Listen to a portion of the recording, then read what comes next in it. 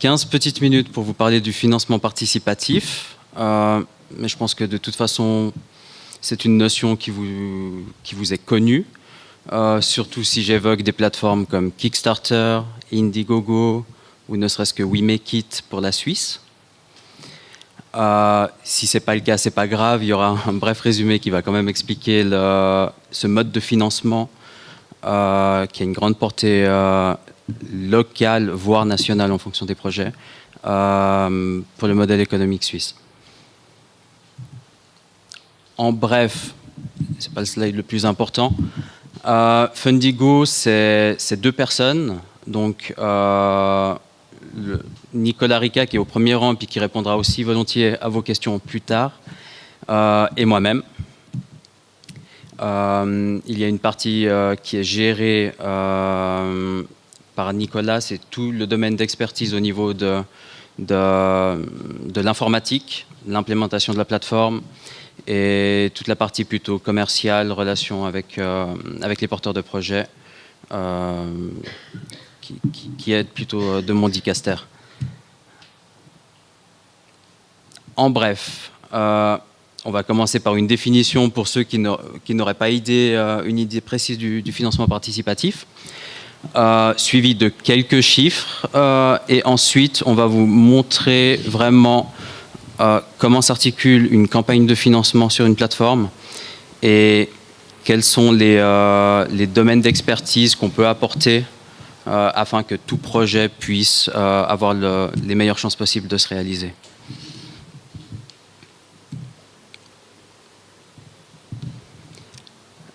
Le crowdfunding, pour faire simple, c'est une personne qui a un projet, une communauté autour d'elle qui l'aide à le réaliser, et en échange des soutiens financiers que la personne recevra, elle va pouvoir délivrer un certain nombre de contreparties qu'elle décidera de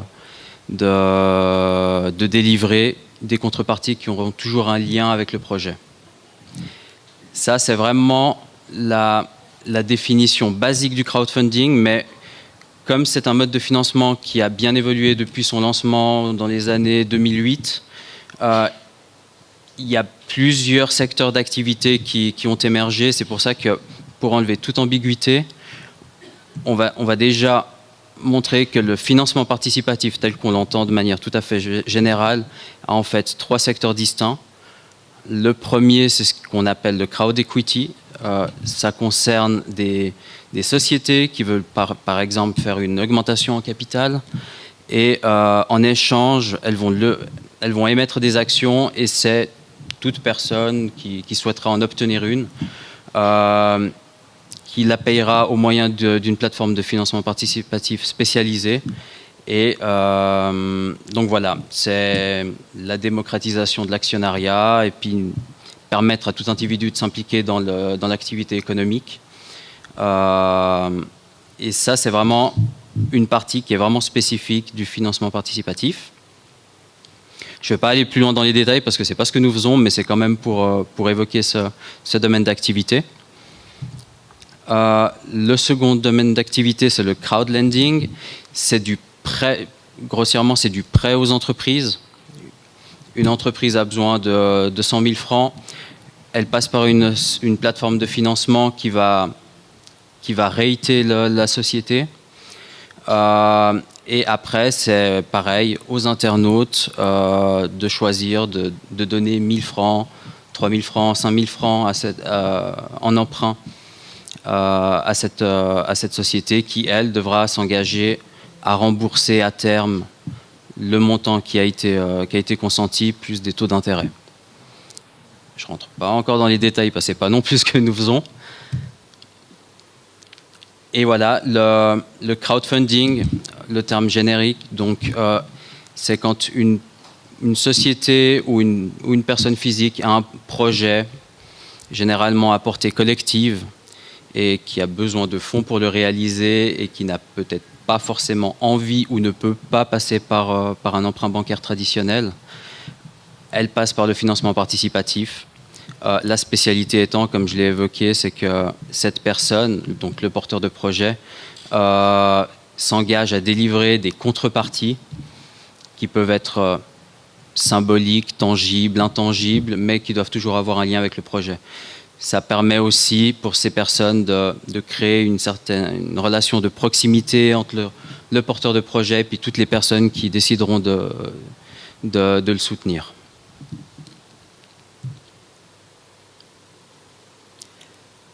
Quelques chiffres.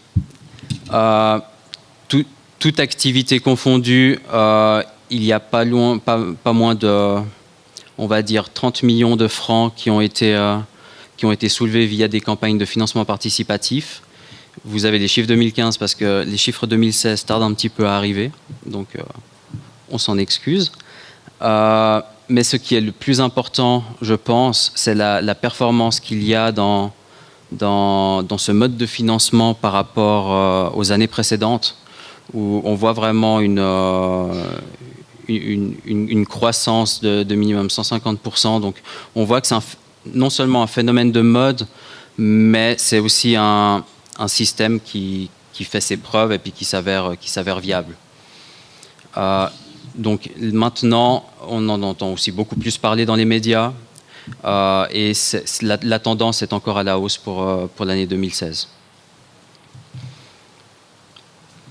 La répartition par secteur d'activité, on remarque que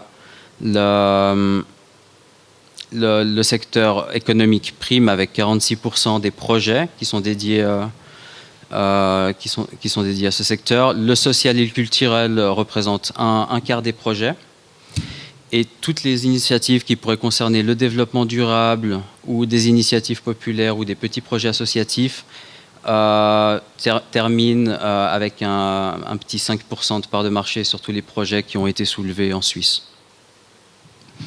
Donc là, je pense qu'il y a aussi beaucoup de potentiel pour ces secteurs.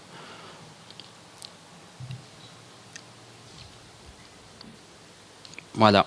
Je pense qu'avec cette phrase, on dit à peu près tout. Des gens ont souvent un bon projet, mais le financement participatif n'est pas aussi simple. Il ne suffit pas d'avoir simplement une bonne idée pour que ce dernier se réalise. Il ne suffit pas de le mettre sur une plateforme et puis d'attendre que la collecte de fonds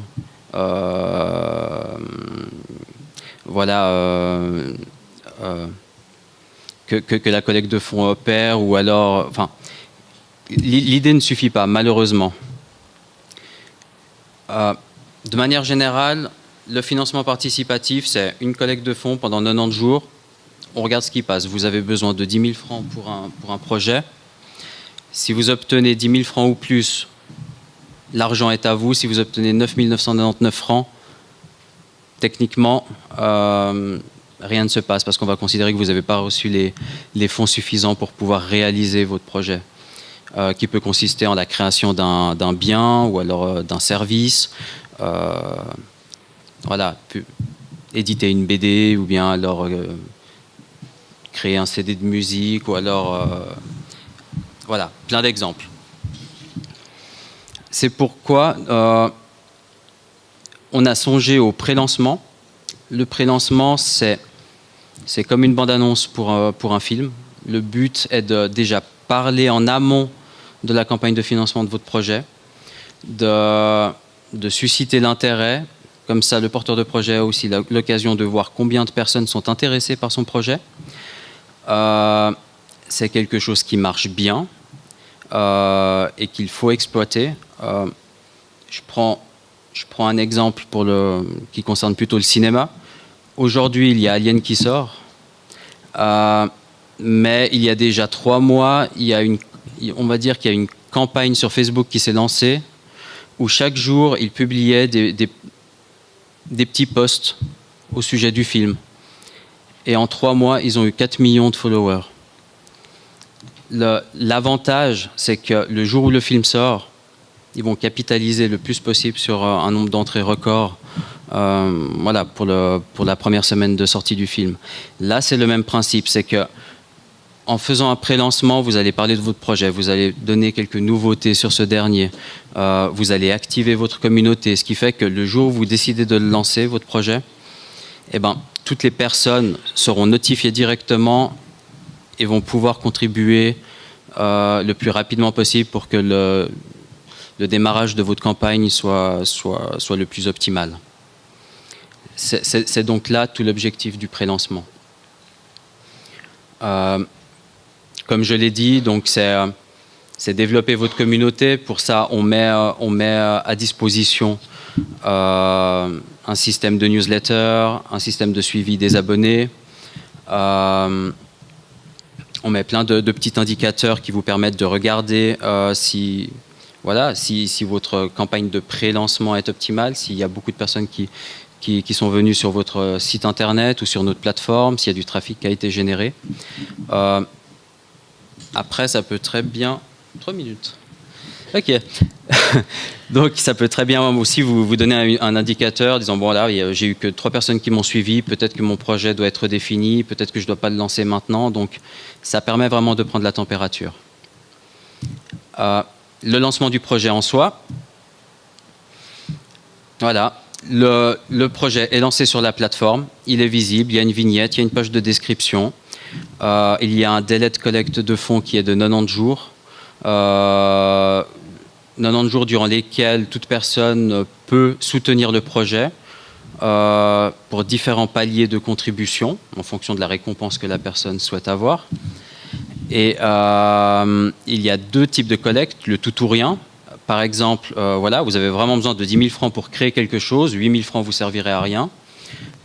Donc il vous faut 10 000 francs minimum, ou alors un objectif flexible qui est plus adapté aux associations pour lesquelles, voilà, un certain projet, voilà, tout argent est bon à prendre. Et puis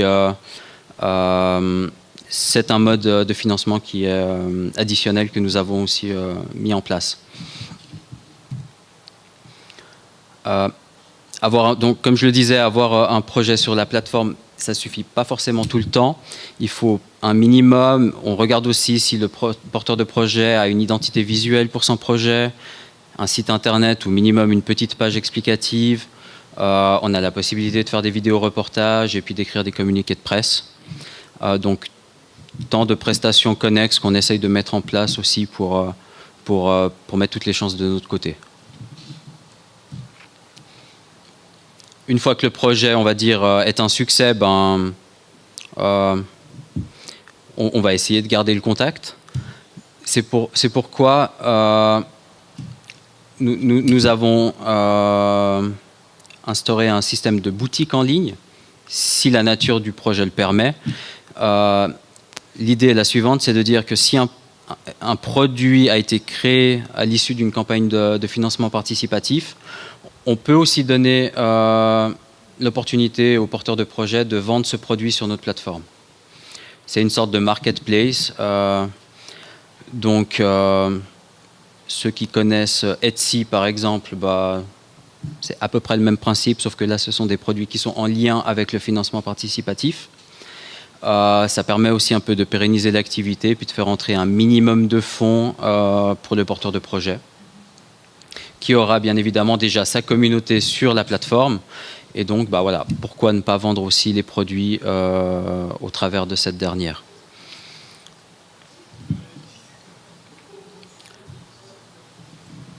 C'est tout bon ?